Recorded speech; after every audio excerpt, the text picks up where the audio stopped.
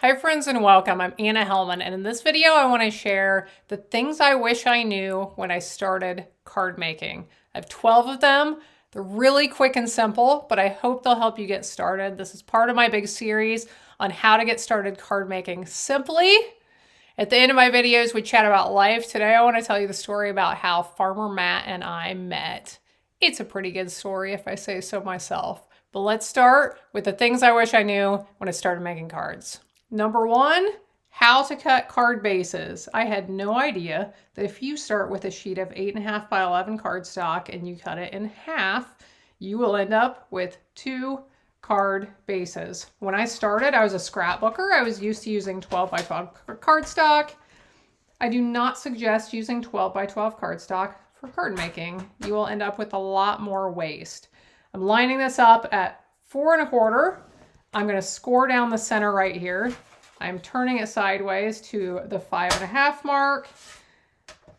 I'll use my cutting blade, cut this in half. I have 2 card bases that after they're folded, they will measure 4 1/4 by 5 1/2 inches. Tip number 2, don't buy cheap supplies. The cheap supplies I bought, I got frustrated with. I stopped using them. I gave up on card making for a while.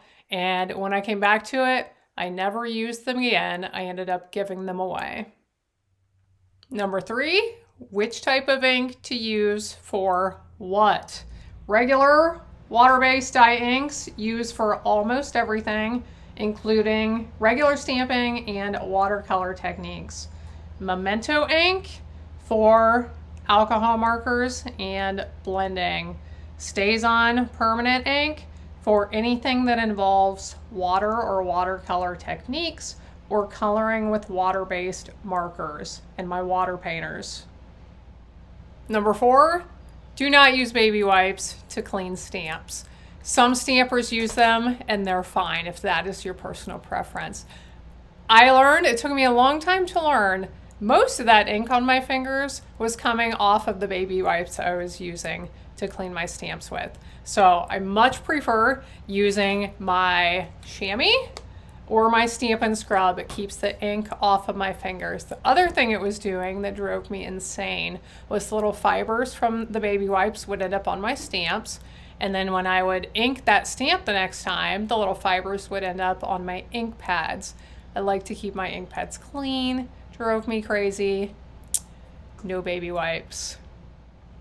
Number 5, choose products that coordinate because it saves so much time and frustration.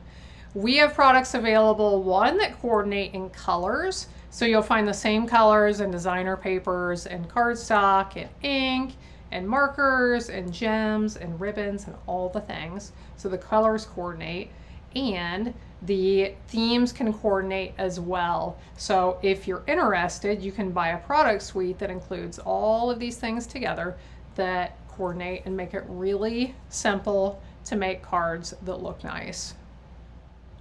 Number 6, how to get ink off of your hands. 1, take a shower. 2, use a pumice stone. Yes, it's made for your feet, but if you're gentle with your hands, it will get the ink off. 3, use some lava soap. Number 7, every single card is better with a little dimension from some foam dimensionals and a little sparkle from some gems or some Wink of Stella. And if you don't know Stella yet, I encourage you to get to know her. A little glitter brush makes everything better. Number 8, how to get cards to actually lay flat. Now I'm going to show you this. I have my score line in the center here. I actually prefer not to score my cards and they lay very flat if I don't score them, but this one is scored and I have the little score line. It is popped up. If I flip it over this way, it is popped down. I want this side up where that score line is popped up. They actually fold better and lay a little bit flatter if you fold this direction. And then this is how to use a bone folder. When I started, I saw people use them down here on this tip. And I finally discovered when I press right here and run it all the way across. That is how to get the card to lay flat. Number 9, all about different types of adhesives and when to use which one. I have some other videos on this. I will link in the video description below to where you can look at some more information on adhesives. Also have links to the products I'm sharing here if you are interested in a little Stella or anything else I'm talking about. Number 10, that sharing this craft with others makes a difference in their lives. Now here, I just thought I was having fun and crafting, and then you all started to tell me that I was actually making a difference in your lives. I was shocked. So number 11 is something I knew, but it's something that others have told me they wish they knew sooner, and that is that signing up with Stampin' Up!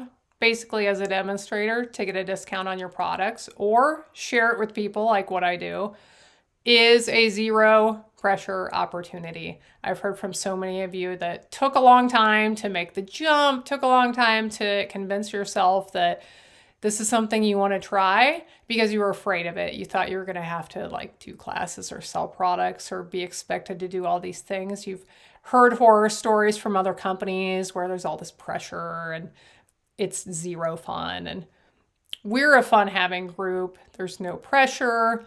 You can sign up and get a discount on your products if you want. We welcome you into the club. No pressure.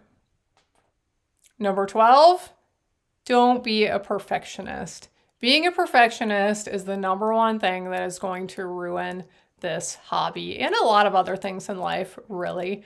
But learn to embrace the imperfections. Nothing handmade is perfect because it's handmade. It cannot be perfect. It cannot be precisely straight.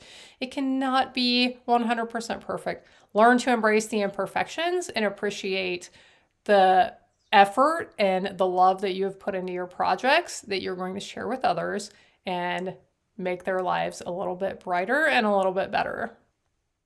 So at the end, we chat about life. I try to offer something positive or encouraging for you today. Thought it would be fun to share the story about how I met Farmer Matt. So I had been married once before. That did not work out. I had a daughter and she was approaching the age of, let's say 4. I think it was 4. And I wanted her to have a sibling, and I had been praying about adopting a child. I had been thinking about going through the fostering system to foster a child with the intention of adopting so that my daughter could grow up knowing what it was like to have a sibling.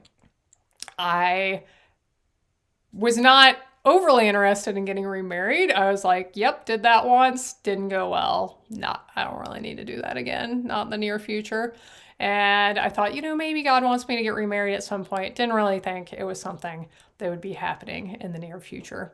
So I had been praying about this fostering and adopting thing. Wasn't really feeling like I was getting any answers.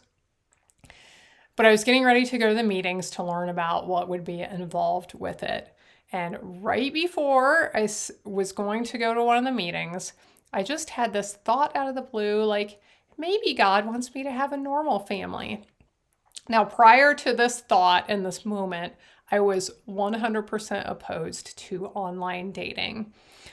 I knew if I ever did sign up for online dating, I was going to sign up for farmersonly.com, if you're familiar with that one. Grew up on a farm. It's like a huge part of my life. I love it. I knew if I signed up for online dating, it would be on that site. But I knew people on that site. I had looked at it. Like I used to teach. There were parents of my students on there. There might have even been some of my former students on there. I was like, yeah, I'm not doing that. I'm not signing up on there.